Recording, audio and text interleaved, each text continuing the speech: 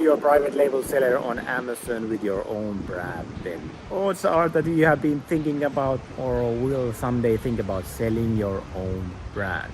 So making an exit. But what is it that you have to have in order to really make your brand more attractive for buyers?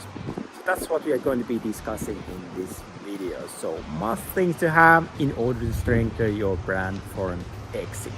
Hit a thumbs up and subscribe to the channel.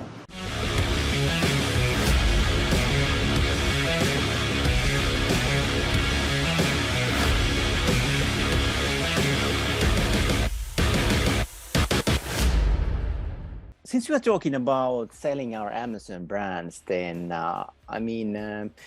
actually one of the key things and reasons, whenever someone asks me what kind of business model they should do, I always mention that, it should be time and location independent, and it should be like something that has enough of growth, and you are not like trading your hours into dollars or whatever. And then third, most importantly, that you are building an asset which you are able to sell later on. So it's great that we build a business and it pays us income and whatnot, but the really best part is that someday when we decide to do so, that we can actually sell the whole thing, sell the asset and get a hopefully big fat paycheck.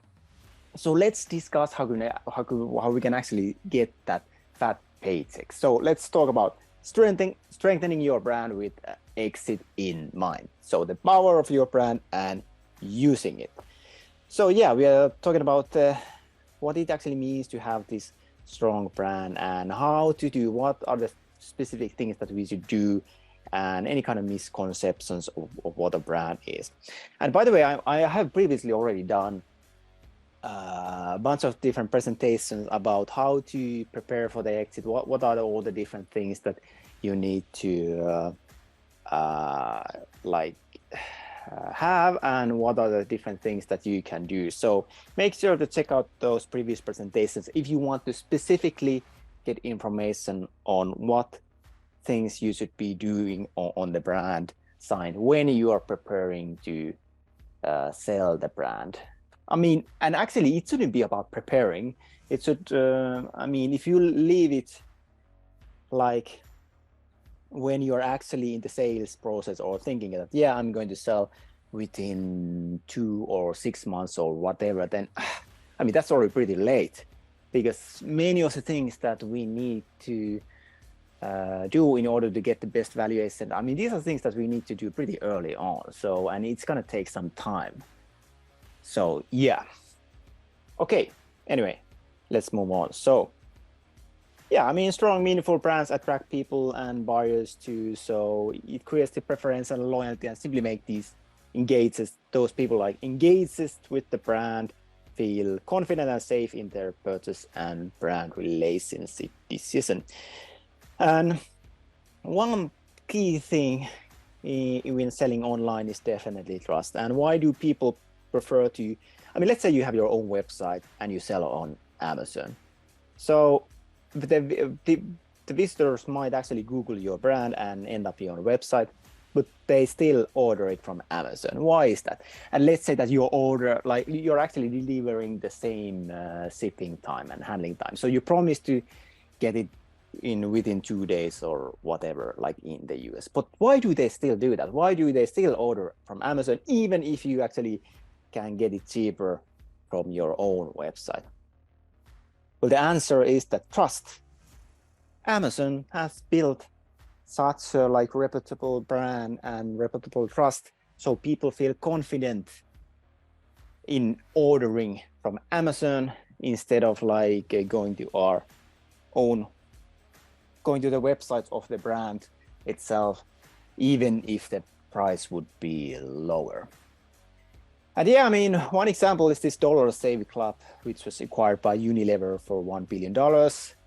They had unique messaging and innovative products. Well, innovative products, come on, they were selling like the name suggests, they were selling cheap plates, which you would actually get for $1. But what they did very well that they actually addressed an issue that there was like in the US, meaning that if you want to if you wanted to buy like razor blades in like at the market, then you usually, I mean, all those blades are behind this glass like locked cabinet, which means that you actually need to ask staff member that, hey, I would like to buy some razor blades and blah blah blah. So it's really like hassle. Whereas like Dollar Save Club offered these options that no, I mean, you just can get this subscription, and these sales will be delivered to your home with just a couple of bucks per month. I think the cheapest option was like $3 or something like this. And but one of the reasons like why Unilever bought it, and by the way, I mean, they were not even making profit. So even at the time like of this acquisition, I mean, Dollar Save Club was not profitable. So so it wasn't really about the products. I mean, because I mean they were pretty much saying cheap plates and stuff like that, but still they were able to build this like pretty big millions of customers and loyal customer base. And this was very like attractive to the buyer Unilever, which Unilever like owns like, you know, I don't know. I mean, I don't know how many hundred brands it already is, but they like own everything from ice creams to different kinds of products that we need at home. And yeah, so I mean, but considering that this was not a profitable business, considering that, I mean, fine, they had like millions of customers, but they did not have any innovative products, not really. I mean, they were just cheap plates. They didn't have anything like special and unique going on. So, I mean, billion bucks for that, it's pretty high. But how were they able to do that? I mean, besides obviously having this customer base. So, I mean, it was pretty attractive. I mean, they were loyal customers and attractive brands. So that's why they were able to get so high multiple and high like valuation for the business.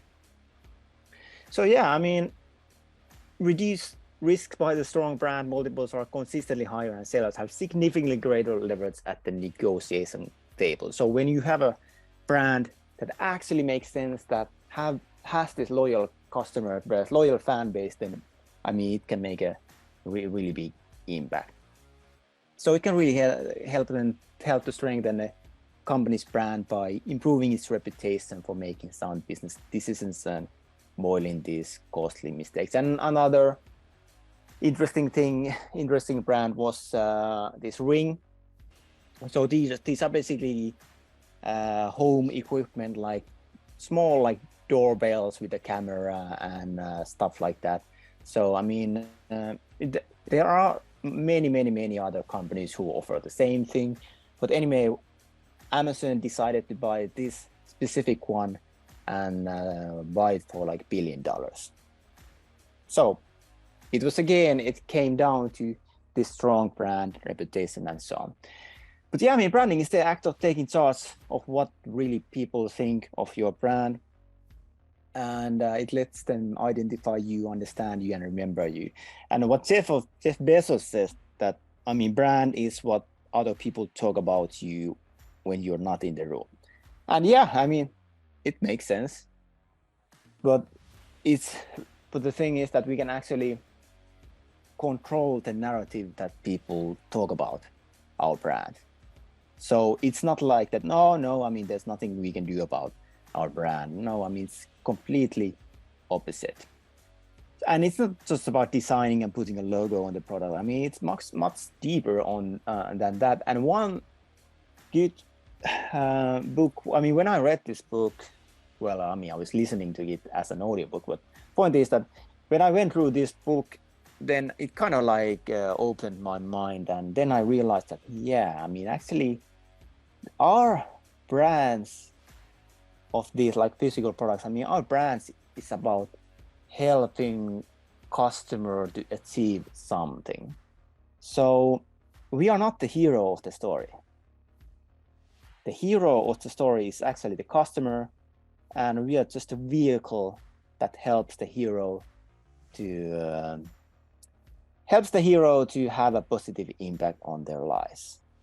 So if you haven't gone through this book and the stuff by Donald Miller, then I strongly recommend, because what it does is that we can use the techniques that it describes to really like clarify the message in a manner that, I mean, customers will listen. And one simple example is that, I mean, you know, when websites have like different catchphrases or slogans, like we help you do X, Y, Z, or whatever. We are helping you get like fit and healthy or whatever. I mean, maybe some workout business or whatever. And actually one pretty interesting change that this framework is that it immediately removes the we word, just to emphasize that it's not about the brand, it's about what they are helping. So meaning that helping you achieve X and so on. By the way, who has read this book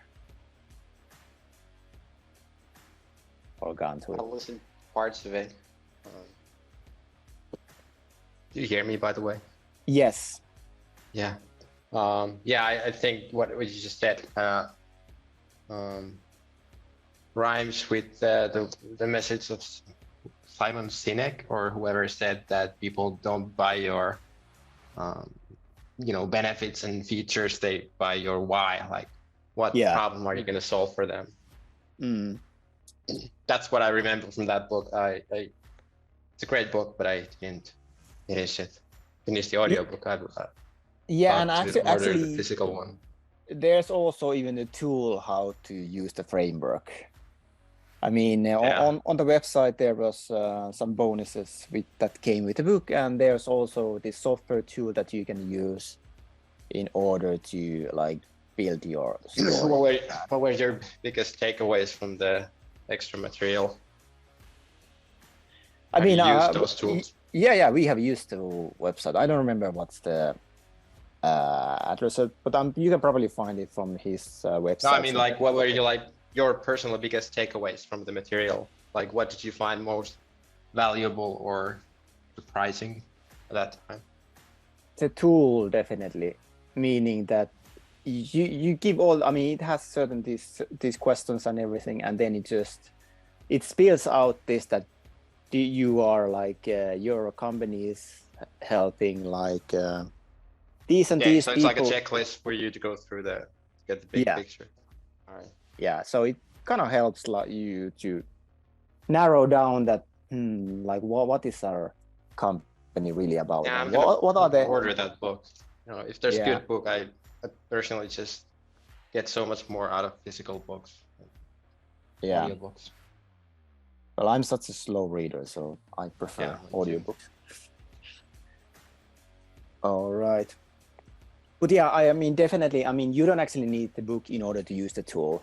So just Google it and I get it, but I did find the book very inspiring and well written. I just meant that anyone. So I just wanted to also. I just meant that anyone who hasn't gone through this book, I mean, you could already like today try out the tool, how it works, in order just to learn the framework better. All right. So yeah, definitely check it out.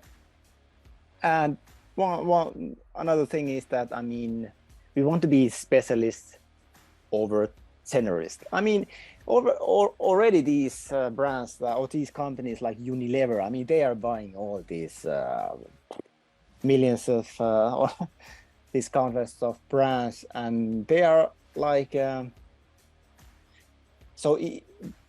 like Procter and Gamble stuff, like they are already offering those generalist things for the cheapest price. So if you're competing, let's say on a brand against those, then I mean you're competing against the price, and that's definitely not the best place to be. So I mean, what we actually want to be is that we want to be different and unique. I mean, and that, by the way, that doesn't mean that we need to have like unique products. No, at all. It just means that we have some kind of twist to it. We have some kind of angle on the brand, some kind of story that just makes the product more interesting. I mean, even if you are selling hammer, we can, or screwdriver or whatever. I mean, we can still like get creative and make it more interesting, instead of just telling people that, yeah, this is a screwdriver with these and these benefits and so on. And of course, you shouldn't be pretenders saying that, yeah, I mean, this screwdriver is going to change your life. I mean, that's going a bit too far, but it can definitely have, I mean, make the whole thing more pleasant and so on. So yeah, I mean, this online eyewear retailer, I mean, it has differentiated itself from traditional eyewear brands by offering these affordable and stylish glasses to customers, and specifically for millennial markets. And then, yeah, and one important thing is really like knowing your audience. And this is why I say that it's much easier to start selling something that you already have experienced it and you already know the niche. Maybe it's your hobby or whatever. Because I mean, if I started selling golfing equipment and I have never golfed in my life, then okay, I mean, it doesn't mean I cannot do it. Of course I can do it, but I'm going to start from like a million miles behind versus someone who has been doing, who has been golfing for decades, right? So if I'm starting at a niche that I know nothing about, it just means that I need to put significantly more effort in getting to understand the audience and what are their like pain points and needs, and really like tailor my messaging and efforts to resonate with them. So yeah, I mean, Nike has built this loyal customer base by targeting athletes and fitness enthusiasts with motivational messaging and innovative products that cater to their needs. And by the way, Nike has been in trouble many times, meaning financially, meaning that they have had to reinvent themselves. And one big example was like early in the 2000s, because Nike was thinking that they know better what their audience needs. Their audience needs sports shoes, and that's it, period. But they were actually, sales started to declining, and they were not able to grow, and they just saw their competitors to grow and grow and grow. So they actually like kind of reinvented that. Okay, I mean, maybe we are not doing only like sports shoes. There's a completely new segment of like people who are wearing these like shoes just for like everyday use. So then they completely made a new segment and kind of like reinvented Nike. Yeah, I mean, storytelling, yeah, that for sure works like this, Tom. And I mean, again, I mean, I don't think there's nothing that special about this Tom's shoe company, but they have built brand around the concept of for one, which means that for every pair of shoes purchased, a pair is donated to a child in need. So lovely. And yeah, I mean, it has to be authentic and consistent. And yeah, I mean, brand is like a person responding to changing environment, so it's consistent with its purpose and stays authentic. And Patagonia, outdoor clothing and gear company. So I mean, this is a category that has tons of different competition, like especially here in like North America. I mean, there's just so many different brands. And when you, I mean, there's right now I'm in Portland, and there's so many of these different stores that are selling these kind of like outdoor clothing. And when I walk into those, I see tens of different brands that I have never even heard about. So there's tons of competition. So what can you actually do when you're selling the same stuff that everyone else is selling as well? So what Patagonia has done is that they have built the brand around like sustainability and ethical practices, and which then, I mean, resonates with customers who value this like environmental like responsibility. And obviously, when everyone is doing one thing, we have to do something different if we want to like differentiate. So I mean, to be really significant, like long-term player in the market, we want to be an innovator and not a follower. And so often we think that innovator is someone is just doing something drastically like incredible products that the market has never ever seen, and it's a complete disruptor.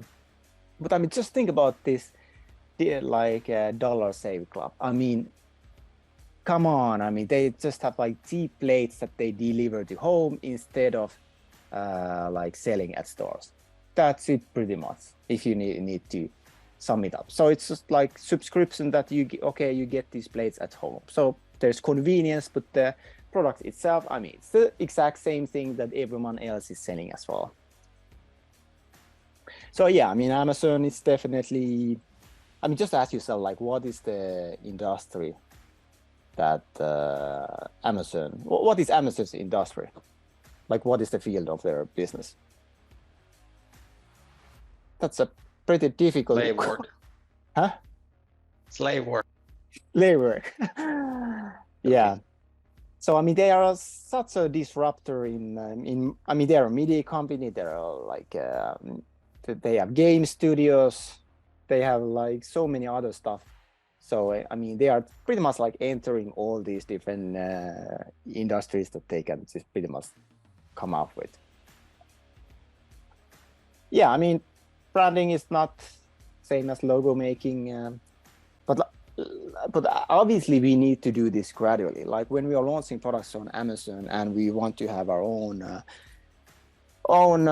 branding and everything, then we shouldn't go crazy about it. No, I mean, we just more have to take things one step at a time. And main thing is that we want to mitigate the risk, which means that let's just take a test product to the market and see, is this even a good product opportunity? What kind of surprises did we see? How did the market respond? Okay, what is the advertising cost? Like, what do we need to spend in order to get one sale and blah, blah, blah, all that stuff. So, I mean, when we are doing that thing, then, I mean, it makes zero sense that we should put a lot of effort into branding or whatever. But when actually things start to take off, like when the product has been validated, when the product has proven itself, then okay, it's time to take things more seriously and gradually put more effort in the branding, meaning packaging, the story of the brand, and all that stuff. Yeah. All right. Branding should not wait. I mean, well, it should wait. We don't want to start branding like test products, but once the product has proven itself and once it's certain that we are going to be selling it for some, I mean, years to come, then yes, absolutely, that's the time that we need to be putting effort and not thinking that, yeah, we are going to optimize when we are actually selling the business. No, I mean, we should have like a 1-year plan, 2-year plan, 5-year plan. Okay, if we are targeting an exit, then that means that we have to do a lot of the things already, like way before we even start talking with all these potential buyers. So branding is not just how things look. Branding provides like clarity and focus, but it cannot deliver if the other key ingredients of running a sustainable business are not there. And yeah, I mean, obviously branding is not for big companies. So if you like this topic, then hit a thumbs up and subscribe to the channel. And if you'd like to join the discussion where we pretty much discuss everything related with Amazon and selling as a private label, then just send me a message and let's have a chat. Talk to you later. Bye bye.